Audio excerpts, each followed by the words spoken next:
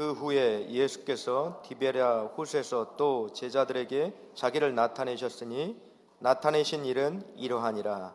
시몬 베드로와 디두모라 하는 도마와 갈릴리 가나 사람 나다나엘과 세베대의 아들들과 또 다른 제자 둘이 함께 있더니 시몬 베드로가 나는 물고기 잡으러 가노라 하니 그들이 우리도 함께 가겠다 하고 나가서 배에 올랐으나 그날 밤에 아무것도 잡지 못하였더니 날이 새어갈 때 예수께서 바닷가에 서서나 제자들이 예수이신 줄 알지 못하는지라.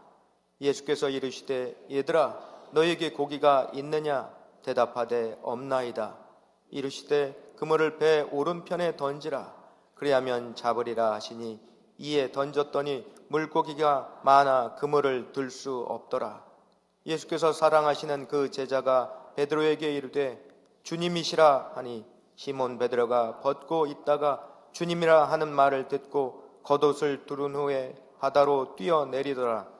다른 제자들은 육지에서 거리가 불과 한 50칸쯤 되므로 작은 배를 타고 물고기 든 그물을 끌고 와서 육지에 올라보니 숯불이 있는데 그 위에 생선이 놓였고 떡도 있더라. 예수께서 이르시되 지금 잡은 생선을 좀 가져오라 하시니 시몬 베드로가 올라가서 그물을 육지에 끌어올리니 가득히 찬 큰 물고기가 153마리라. 이같이 많으나 그물이 찢어지지 아니하였더라. 예수께서 이르시되 와서 조반을 먹으라 하시니 제자들이 주님이신 줄 아는 고로 당신이 누구냐 감히 묻는 자가 없더라. 예수께서 가셔서 떡을 가져다가 그들에게 주시고 생선도 그와 같이 하시니라. 이것은 예수께서 죽은 자 가운데서 살아나신 후에 세 번째로 제자들에게 나타나신 것이라. 아멘. 이스라엘 나라의 회복이라는 그러한 큰 기대를 가지고 예수님을 따라다니던 제자들은 종려주일, 예수님께서 예루살렘에 입성하시는 그때에 가장 크게 꿈에 부풀어 있었습니다. 오늘 주일이고요. 지난 주일이 부활주일이면 그 전 주일이 종려주일이지요. 예수님이 나귀를 타고 입성하지 않으셨습니까? 왕이 되실 거다. 우리도 한 자리 하지 않을까? 그러한 큰 기대를 가지고 있었는데 기대와 달리 그 주간이요.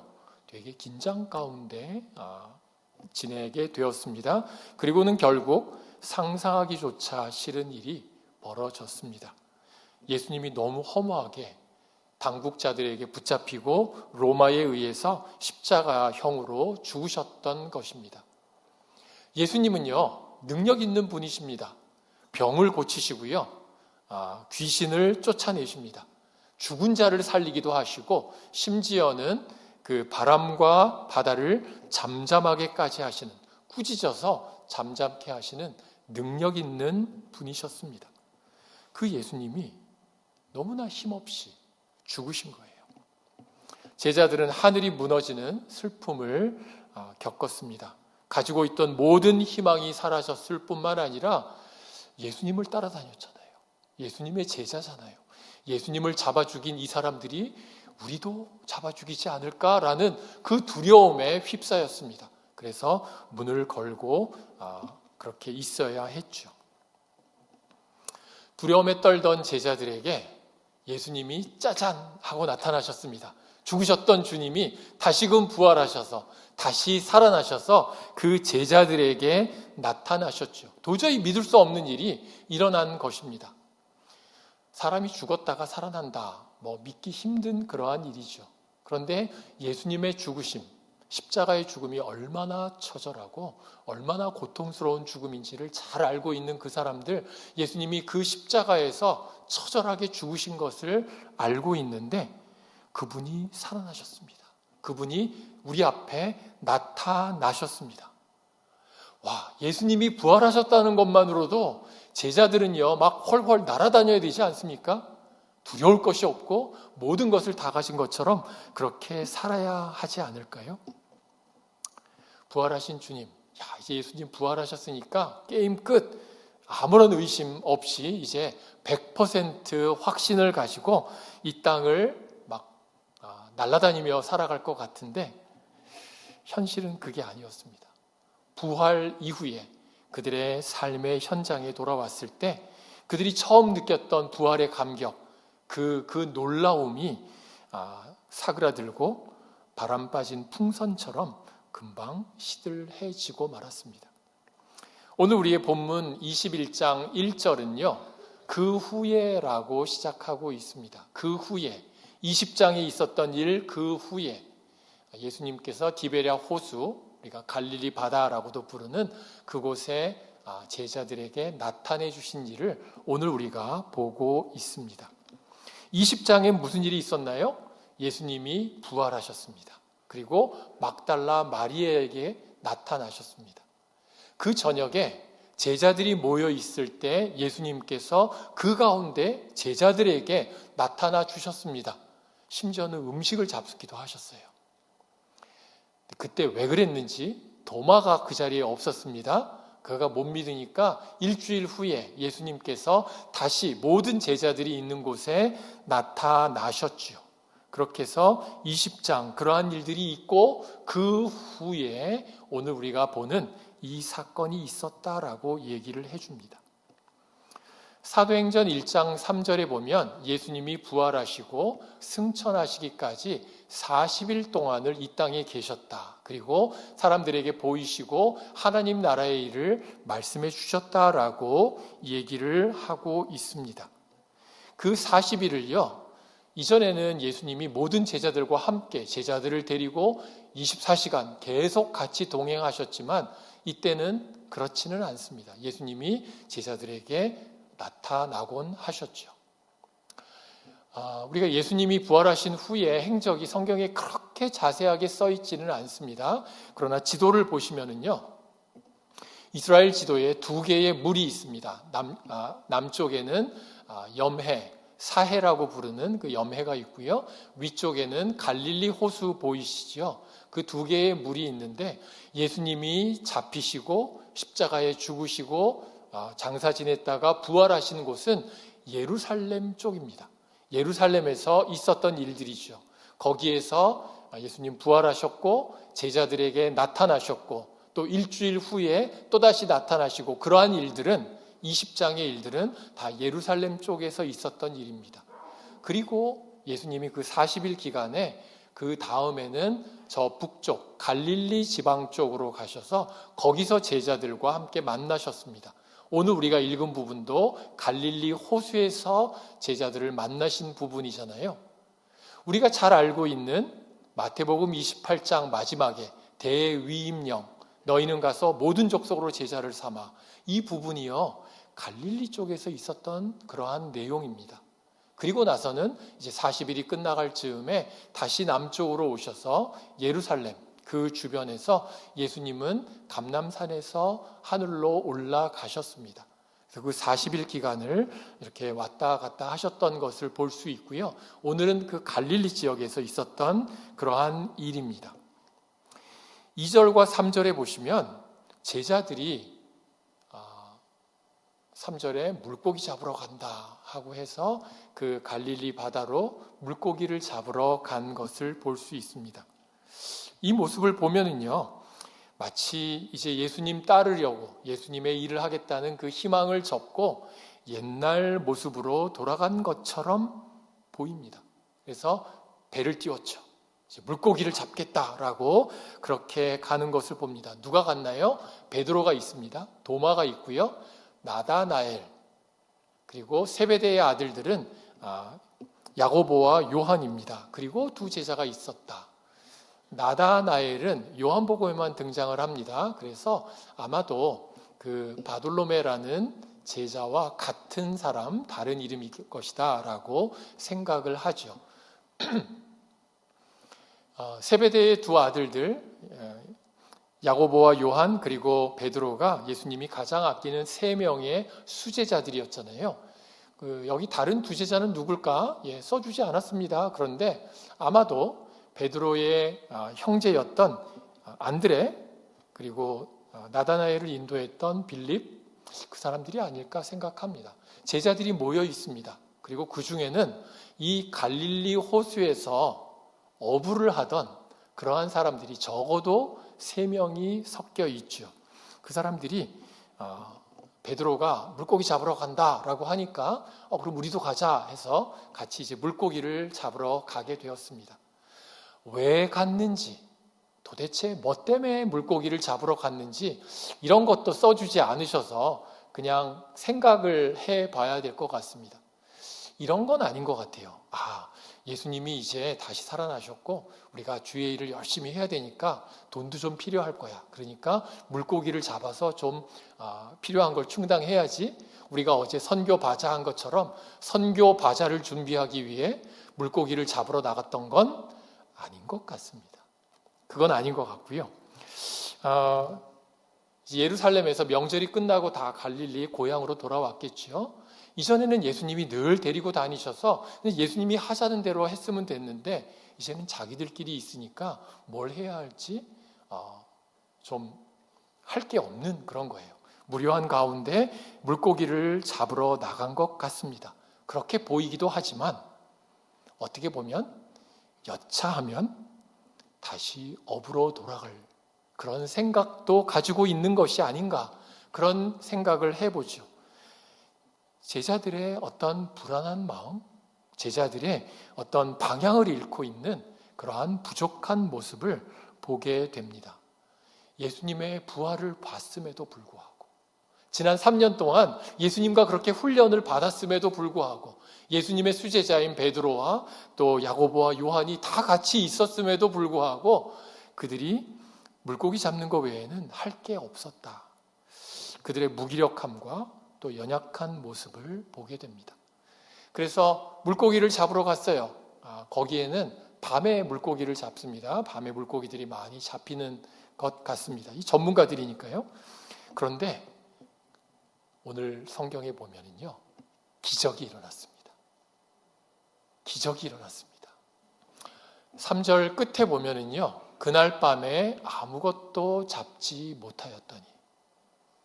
여러분들 혹시 저 성경 보시면서, 저 내용을 보시면서 야, 기적이 일어났구나 라고 느끼신 분 계십니까? 저게 기적입니다. 어떻게 그 밤에 물고기를 하나도 못 잡을 수 있을까요? 이 전문 어부만 3명이 넘습니다. 그 사람들이 같이 모여서 낚시질한 게 아니에요. 그물을 내렸어요. 그런데 밤새도록 그물을 내리고 당기고 했는데 어떻게 한 마리도 못 잡았을까요? 기적이죠. 제자들도 놀랐을 겁니다. 이게 뭐지? 왜 이런 일이 일어나지? 그리고 뭔가가 생각이 났습니다. 전에 누가복음 5장에 예수님이 처음 제자들을 만나러 오셨을 때 그날 제자들은요, 밤새도록 물고기를 잡으려고 했는데 하나도 잡지를 못했습니다. 예수님이 설교를 다 끝내고 깊은 데 가서 그물을 내려라 라고 했을 때 베드로가 대답한 겁니다. 밤이 새도록 수고하였지만 잡은 것이 없습니다. 그래도 순종하겠습니다. 그때 생각이 났을 겁니다. 그때도 그랬지. 그날 그 참 이상했던 날, 도대체 그럴 수가 없는 그 이상한 날에 예수님이 찾아오셨지. 예수님은요, 지금 이날도 너무나 이상한 그러한 날에 제자들을 찾아오셨습니다. 제자를 찾아오신 예수님의 심정은 어떠셨을까요? 부활하신 예수님을 분명히 만났는데, 제자들이 한 번도 아니고 전체 있는 데서 같이 예수님을 만났는데 그 제자들이요, 갈릴리로 가서는 나 물고기 잡을 거야 하고 배를 띄우고 물고기를 잡고 있습니다. 예수님이 지난 3년 동안 이렇게 가르쳐 놓으셨는데 이거 헛수고 아닌가? 좀 허탈한 마음도 있지 않으셨을까요? 제자들에 대한 실망도 좀 생기지 않을까요? 아니면 조금 제자들에 대해서 좀 화가 나는 마음은 없으셨을까요? 그런데 제자들을 찾아오신 예수님은요, 꾸짖지 않으셨습니다.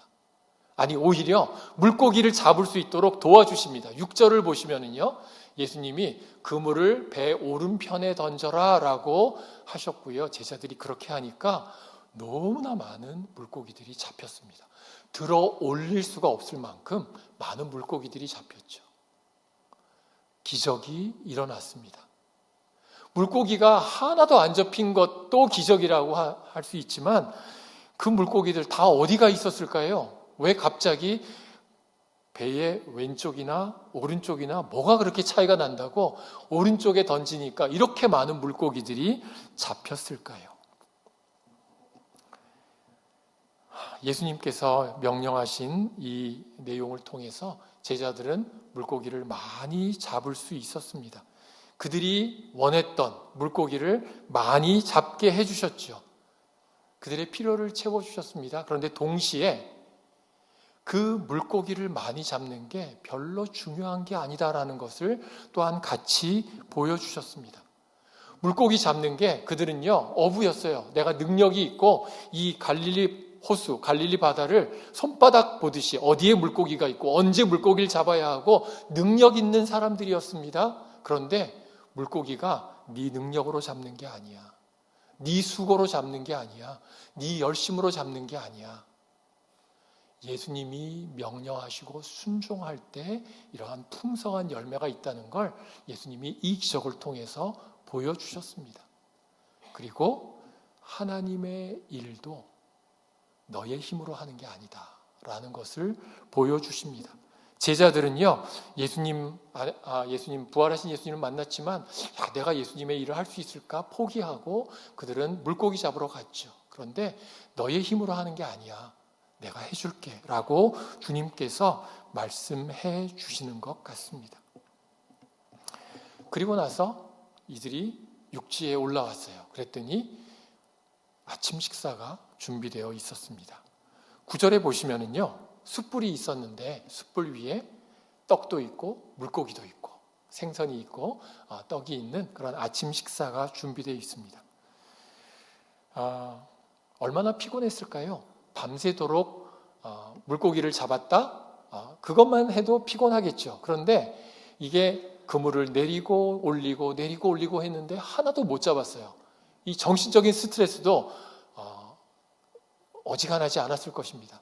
몸도 마음도 너무나 피곤하고 지친 그러한 제자들을 위해서 예수님께서 친히 아침을 준비해 주셨습니다. 무조건적으로 용납해 주셨고 예수님 조건 없이 그들을 사랑해 주시는 그러한 찾아오시는 주님을 여기서 볼 수 있습니다. 예수님이 제자들에게 조반을 준비해 주시고 먹어라 라고 하시는 이 모습이요, 저에게는 이렇게 느껴졌습니다. 괜찮아. 네 힘으로 못해도 괜찮아. 내가 도와줄게. 내가 채워줄게. 너 필요한 것 내가 채워줄게. 걱정하지 마. 하고 등을 토닥토닥 두드려 주시는 그런 모습처럼 보입니다. 예수님께서 13절에 제자들에게 떡을 가져다 주시고 그들에게 또 생선도 가져다 주시고 이렇게 음식을 먹도록 해주셨습니다. 제자들이 무슨 생각이 났을까요? 아까 그 물고기가 그렇게 안 잡히다가 예수님 말씀 때문에 이렇게 잡힌 그 모습을 통해서 예전에 예수님 만났던 그 생각이 떠오른 것처럼 떡을 주시고 생선을 주시고 오병이어의 사건 생각해 보십시오. 내가 예수님과 함께 받아서 떡을 나누고 생선을 나누고 5,000명이 넘는 10,000명 가까이 되는 사람들을 그 조그마한 어린아이의 도시락을 함께 나누던 그때 일들이 생각나지 않았을까요? 예수님은 그런 것들이 생각나도록 이들에게 아침 식사를 허락해 주셨습니다. 예수님이 이들을 이렇게 찾아오셨는데요. 왜 찾아오셨을까요?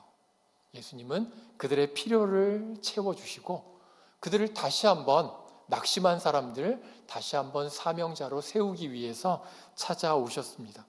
누가복음 5장 10절과 11절은 처음 예수님이 그들을 만나 주셨을 때, 제자로 부르셨을 때 그때 예수님이 이제 후로는 내가 사람을 취하리라. 그들에게 이제 제자의 사명을 허락해 주셨습니다. 아직 미완성이에요. 아직 너무나 연약한 모습이지만 나와 함께 훈련하자. 이제 사람을 취할 수 있도록 나와 함께 같이 가자라고 초청해 주셨죠. 지금 이 순간 이제 부활하시고 제자들을 만나 주신 주님은요, 이제 너희가 여기 있을 것이 아니고 나와 함께 이 일을 완수해 가자. 나와 함께 이 일을 이루어 가자라고 다시 한번 초청해 주시는 것을 볼 수 있습니다. 예수님은 제자들을 찾아오셔서 다시금 세우시고 다시금 이 사명을 이루어갈 수 있도록 그들에게 힘을 주시는 모습을 보게 됩니다. 우리의 삶은 어떤가요? 우리의 삶에도 때로 힘들고 지친 그러한 때가 있습니다. 낙심할 때가 있습니다. 그렇지 않으신가요? 여러분들은 어떠세요? 가끔 있으신가요? 저는 자주인데요. 네. 삶이 참 쉽지 않습니다. 그런 낙심하고 힘든 그러한 삶을 우리가 살아가죠. 아니, 왜 그렇죠? 우리가 구원받았는데 구원이 뭔가요? 우리가 죄 가운데 있을 때 내 힘으로는 도저히 헤어나올 수 없는 그 죄의 구렁 속에서 허우적거리며 살고 있을 때, 지옥을 향해서 빠져들고 있을 때 내 힘으로 나오지 못하는 걸 예수님이 찾아오셔서 손잡아 이끌어 주시는 그 놀라운 구원을 우리 삶에 체험하지 않았습니까? 구원받은 삶, 그것만을 가지고도, 그 감격만을 가지고도 막 훨훨 날아다니는 그러한 삶을 살아야 할 텐데 실제의 삶은 그렇지 않죠. 구원받았음에도 낙심하고 주저앉고 지치고 피곤하고 그러한 삶을 살게 될 때가 많습니다. 제자들에게 부활의 체험이 있었다고 한다면 우리에게는 구원의 체험이 있지 않습니까?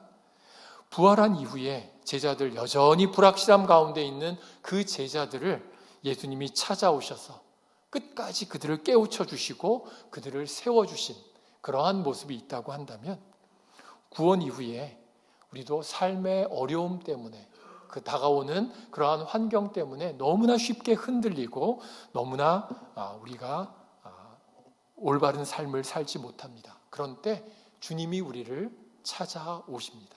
예수님께서 우리를 찾아오셔서 꾸짖지 않으시고요. 마치 제자들을 꾸짖지 않으시고 그들의 필요를 보시고 음식을 주시고 그들을 격려하시고 다시 일으키신 것처럼 우리 삶에 힘들고 어려울 때 구원받은 감격을 잘 가지고 있지 못하고 흔들리고 낙심할 때에 예수님께서는 우리에게 다가오셔서 우리의 그 필요를 채워주십니다. 우리가 낙심했을 때 용기를 주시고요. 우리가 두려움 가운데 있을 때 우리에게 확신을 주십니다. 궁핍한 가운데에서 주님은 우리를 부요하게 만들어 주시고 우리가 외로움 가운데 있으면 나랑 친구하자 우리 가운데 함께 오십니다. 실망할 때 희망을 주시고 우리가 분이 나고 막 분노가 이를 때 우리에게 평강으로 찾아오십니다. 슬픔 가운데 삶의 그 어려움 가운데 눈물 흘리고 있을 때 주님은 오셔서 위로하시고요. 우리가 살아가지 못하고 미워할 때 우리의 그 마음을 다른 사람 이해할 수 있도록 만들어 주십니다. 실패한 사람에게 재기할 수 있도록 우리 마음이 깨어질 때 회복시켜 주시는 그러한 놀라운 은혜, 연약한 가운데 있을 때 우리를 강건하게 해주시는 그러한 우리 삶의 모든 필요를 채워주시는 주님으로 다가오십니다. 하나님은요, 우리와 늘 함께 하시겠다고 약속하셨습니다. 여호수아 1장 5절에 하나님이 여호수아에게 주신 말씀입니다. 같이 읽어보실까요? 시작. 내 평생에 너를 능히 대적할 자가 없으리니 내가 모세와 함께 있었던 것 같이 너와 함께 있을 것임이니라. 내가 너를 떠나지 아니하며 버리지 아니하리니. 떠나지도 않고 버리지도 않겠다 약속하신 그 하나님은요, 이스라엘의 역사 속에서 또 지금도 우리와 함께 하시고 우리를 결코 떠나지도 버리지도 않으십니다. 약속하신 그분은 성실하게 그것을 이루십니다. 때로는 어려움 가운데 우리가 좌절하고 낙심해 있을 때에도 주님은 결코 우리를 떠나지 않고 우리와 함께 하십니다. 라이프타임 워런티. 예수님은요, 우리와 세상 끝날까지 함께 하시겠다. 우리를 결코 떠나지 않으시겠다라고 말씀하십니다.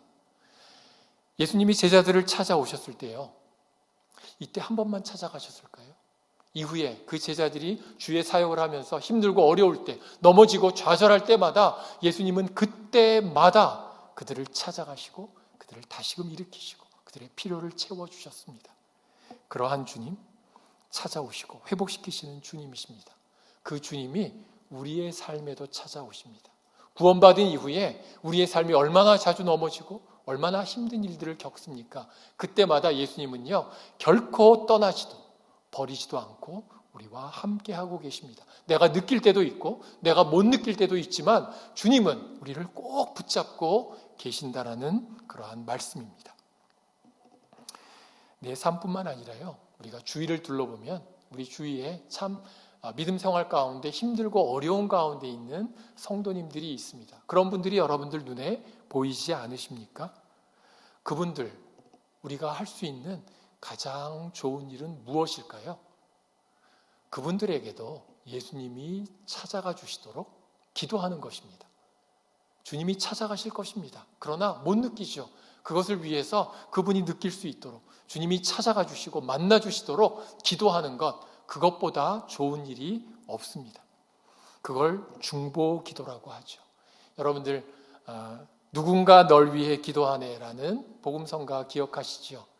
내가 지쳐 외로울 때 누군가 날 위해 기도하네. 내가 기도할 수 없을 때 누군가 날 위해 기도하네. 얼마나 큰 힘이 되는 그러한 말입니까? 중보기도. 그런데 누군가 널 위해 기도하네라고만 하지 마시고요. 내가 여러분을 위해 기도하겠습니다. 내가 힘든 사람을 위해 기도하겠습니다라는 그러한 기도의 자리에 여러분들이 있기를 원합니다. 주위에 힘들고 어려운 성도님들을 위해서 기도하는 그러한 성도님들이 되시면 참 좋겠습니다. 오늘 오후 3시 30분에 크라이아웃 연합 중보 기도회가 있습니다. 많은 성도님들이요, 이게 그냥 기도팀들이 모여서 자기들끼리 기도하는 거라고 많이 오해하세요. 우리 모든 성도님들을 초청하고 함께 오셔서 기도하기를 간절히 기다리고 있습니다. 기도가 필요하신 분들이 있죠. 기도해야 되는데 기도가 잘 안 될 때가 있습니다. 혼자 하기 힘들 때가 있습니다. 그런데 같이 기도하면 기도가 힘이 납니다. 누군가를 위해 기도해야 되는데 자꾸만 잊어버려요. 오셔서 같이 기도하십시오. 그분을 위해 기도하십시오. 나를 위해 기도하십시오. 하나님께서 역사하시도록 기도하십시오. 그러한 기도, 우리가 함께 기도하는 귀한 시간입니다. 맨날 광고는 나오는데 크라이아웃 중보기도 뭐 하는 거야? 궁금하셨다면 오늘 와보시면 됩니다. 우리가 기도하는 것 참 중요하고요. 기도와 함께 또 행동하는 것도 중요하겠죠. 주님의 손과 발이 되어서 주님의 따뜻한 음성과 또 밝은 얼굴이 되어서 찾아가는 것. 예수님이 우리를 찾아오시는 것처럼 우리가 예수님 모습이 되어서 찾아가는 것 참 중요합니다. 제자들을 찾아오셔서요, 예수님 하신 게 뭐죠? 안 꾸짖으셨습니다. 따지지 않으셨습니다. 그들을 뭐 어떻게 하신 거 아니잖아요. 다독다독 괜찮아 하고 음식을 주시고 그들을 세워주셨잖아요. 우리가 주위에 어려움이 있는 성도님들, 힘들고 지친 그러한 성도님들을 향해서 우리도 그 성도님들을 다독거려 줄 수 있기를 원합니다. 성경이요, 성도님들에게 그렇게 하라고 말씀하세요. 로마서 말씀을 보시면은 그렇게 우리 성도님들에게 격려하고 있습니다. 로마서 12장 15절 같이 한번 읽어보실까요? 시작. 즐거워하는 자들과 함께 즐거워하고 우는 자들과 함께 울라. 우리가요, 우리 주위에 힘들어하는 사람들, 울고 있는 사람들 그냥 안타까워만 하는 게 아니라 같이 울라라고 말씀하십니다. 그들을 향해서 손을 내밀어서 같이 기뻐하고 같이 슬퍼하고 그러한 것들. 또 히브리서 13장 3절에는요, 너희도 몸을 가졌기 때문에 학대받는 자들, 갇힌 자들, 이러한 사람들을 생각하고 도우라라고 말씀하십니다. 그대로 받아주고요, 함께 아파해주고 또 그들의 필요를 알고 우리가 할 수 있는 만큼 채워주고요, 같이 밥이라도 먹으면 얼마나 좋을까요? 그러한 일들을 하라고 말씀하십니다. 하나님 그렇게 약속하십니다. 라이프타임 워런티, 주님께서 그렇게 하시겠다고 말씀하셨고 또 우리도 그 주님을 따라서 이러한 일들을 우리 주위에 있는 성도님들과 함께 나눌 수 있으면 참 좋겠습니다. 얼마나 어려운 상황에 있어도, 얼마나 좌절 가운데 있어도 우리 삶이 참 도저히 일어날 수 없을 것 같은 그러한 상황에 있어도요, 주님은 찾아오시고 그 주님 때문에 우리는 다시 일어설 수 있습니다. 그것이 승리입니다. 그런데요, 이게 모든 사람에게 보장된 건 아니라는 것 아시나요? 모든 사람에게 이런 것이 이루어지는 것은 아닙니다. 하나님께서 이런 약속을 주실 때 떠나지도 않겠다, 버리지도 않겠다 약속하신 거는요, 하나님의 자녀된 사람들, 하나님의 그 복음으로 구원받은 사람들에게 허락해 주신 약속입니다. 저는 오늘 이 자리에 예배드리시는 모든 분들이 이미 예수 그리스도의 이 놀라운 구원의 복음을 알고 듣고 믿고 예수님을 영접하고 그리고 하나님의 자녀가 되신 분들이라고 생각합니다. 그렇지만은 아직도 내 마음속에 예수 믿는 게 뭐지? 예수님을 영접한다는 게 뭐지? 구원받는다는 게 뭐지? 이것이 확실하지 않은 분이 있다면 가장 먼저 이것이 선행되어야 합니다. 이 지구를 예수님 없이 떠나시면 안 됩니다. 네, 오늘 구원 받으셔야 됩니다. 요한계시록 3장 20절에 보면 이런 말씀 주고 계십니다. 또 같이 한번 읽어보실까요? 시작. 볼지어다 내가 문 밖에 서서 두드리노니 누구든지 내 음성을 듣고 문을 열면 내가 그에게로 들어가 그와 더불어 먹고 그는 나와 더불어 먹으리라. 우리가 마음 문을 열면 주님이 내 안에 들어오십니다. 그리고 세상 끝날까지 너와 함께 하겠다. 결코 버리지도 떠나지도 않고 나와 늘 함께 하시겠다고 약속하셨습니다. 그건 예수님을 받아들인 우리 성도들에게 주신 약속입니다. 만약 이러한 예수님을 받아들인 게 없으시다면 이게 가장 먼저 이루어져야 할 그러한 일입니다. 그러면 하나님이 약속하십니다. 하나님이 어떠한 상황에도 얼마나 힘들고 어려워도 하나님은 늘 회복시켜 주시겠다고 약속하시는 거죠. 이 특권을 우리 모두가 가지고 이 땅을 살아갈 수 있기를 원합니다. 혹시나 이 자리에 계신 분 중에 나는 이게 확실하지 않아요. 나는 이게 확실하지 않아요. 그런 경험이 없는 것 같아요. 예수님을 내 마음에 모셔드린 그런 경험이 없는 것 같아요. 그런 분들이 계십니까? 다음 주일이 지나고 5월 5일부터 8일까지 전도 폭발 지도자 임상 훈련을 우리 교회가 호스트를 합니다. 미주 지역에 전도 폭발을 잘하고 있는, 복음 전도를 잘하고 있는 그러한 교회들의 지도자들이 함께 모여서 다시금 훈련하고 또 그 기간 중에 월, 화, 수요일 매주 거기 훈련된 그 전도자들이 3명이 한 팀이 돼서 복음을 매일 전하게 됩니다. 12조가 있는데요. 그분들이 계속 복음을 전합니다.